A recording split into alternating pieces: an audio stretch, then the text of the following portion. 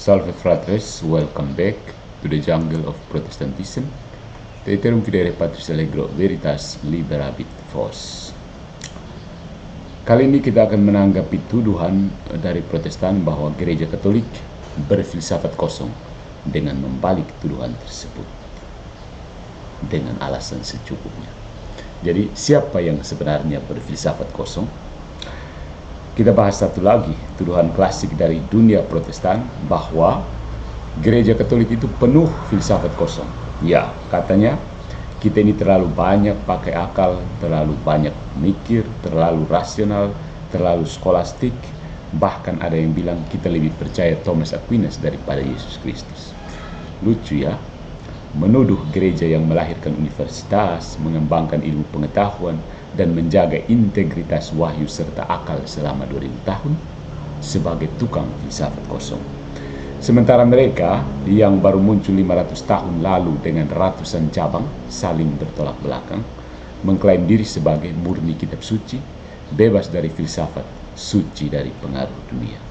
Tapi kita harus tanya dengan serius, siapa sebenarnya yang memakai filsafat kosong? Vamonos, poin yang pertama, mereka kutip Kolose bab 2 ayat 8 tapi lupa konteks. Katanya, hati-hatilah supaya jangan ada yang menawan kamu dengan filsafatnya yang kosong dan palsu yang tidak menurut Kristus. Langsung ditafsirkan, itu dia, Katolik berfilsafat, berarti sesat. Tunggu dulu, apakah Paulus anti filsafat? Kalau begitu, kenapa di Roma bab 1 ayat 20 dia berkata bahwa akal budi manusia bisa mengenal Allah melalui ciptaannya? Kenapa di Kisah Para Rasul 17 dia tidak langsung menghardik para filsuf Yunani, tapi malah mengutip mereka? Seorang dari antara penyairmu sendiri telah berkata, titik-titik. Oh ya, itu mungkin belum sempat dibaca oleh para penginjil berapi-api ini ya. Oke. Poin yang kedua, filsafat Katolik itu pelayan iman, bukan penggantinya. Katolik tidak menjadikan filsafat sebagai Injil, tapi kami tahu bahwa iman yang sehat tidak takut pada akal yang sehat. Kami percaya bahwa Allah adalah logos, bukan kekacauan. Wahyu tidak bertentangan dengan akal karena keduanya bersumber dari Allah. Dan kalau Kristus sendiri adalah sabda, maka berpikir secara logis dan mendalam itu bukanlah dosa. Yang berdosa adalah berpura-pura tidak berfilsafat, padahal justru diam-diam mengadopsi filsafat yang sesat, seperti yang dilakukan oleh Protestantisme. Ya, poin yang ketiga, ironi besar, Protestanlah yang mengandalkan filsafat kosong. Ini poinnya. Mari kita bedah. Yang pertama, sola scriptura sama dengan filsafat nominalis. Apa itu sola scriptura? Katanya hanya Alkitab yang berwenang. Tapi pertanyaannya, siapa yang bilang? Alkitabkah? Tidak, sola scriptura tidak pernah dinyatakan dalam Alkitab. Itu adalah asumsi dari luar kitab suci, alias asumsi filosofis. Dan lebih parah, itu adalah warisan dari William Ockham, seorang nominalis abad pertengahan, bapak pengacak-acak filsafat realisme. Orang yang percaya bahwa kata-kata tidak punya makna universal, hanya nama-nama kosong. Nah, bukankah itu filsafat kosong? Jadi, mereka menuduh kita filsafat kosong, padahal mereka membangun seluruh struktur gereja mereka di atas filsafat kosong dari Ockham. Ironi tingkat dewa. Kemudian yang kedua, penafsiran pribadi adalah subjektivisme modern. Roh Kudus menuntun saya memahami Alkitab. Roh Kudus? Seriuskah?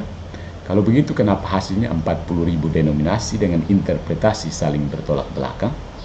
Ada yang percaya baptisan baisah, ada yang bilang sesat.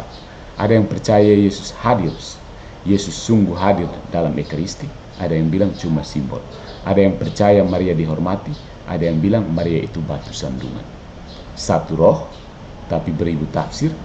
Yang sedang terjadi bukan bimbingan Roh Kudus, tapi hasil dari subjektivisme filosofis, yaitu saya menafsir menurut perasaan dan pengalaman saya. Itu bukan teologi, itu eksistensialisme murahan ala Jean-Paul Sartre yang disemir pakai ayat-ayat Alkitab. Kemudian ada penolakan tradisi sama dengan voluntarisme. Ketika Protestan menolak otoritas magisterium dan tradisi suci, mereka sebenarnya mengikuti voluntarisme, yaitu ide bahwa kehendak lebih tinggi dari akal. Saya mau percaya begini, maka itu benar. Tapi dalam teologi Katolik, kebenaran itu objektif. Iman itu respons terhadap kebenaran yang lebih dahulu ada. Kami tidak menciptakan iman berdasarkan kehendak sendiri.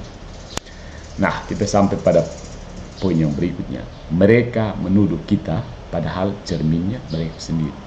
Kolose bab 2 ayat 8 bukan tuduhan terhadap filsafat sejati, tetapi terhadap ideologi-ideologi kosong yang tidak berdasarkan Kristus.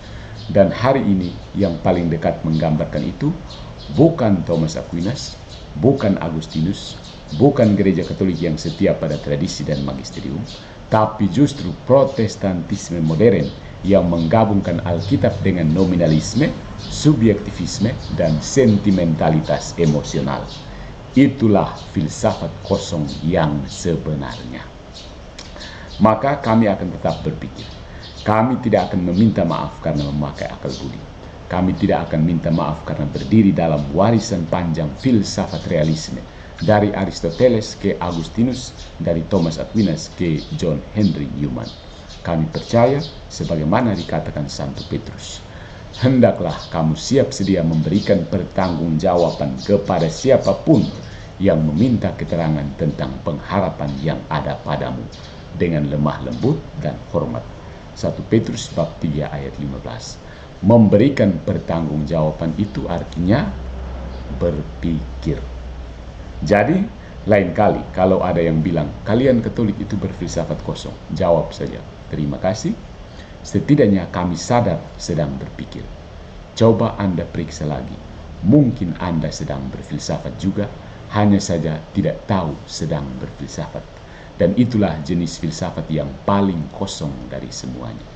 Terima kasih. Viva la razón, viva la fe. Dan seperti biasa, viva la Iglesia Católica.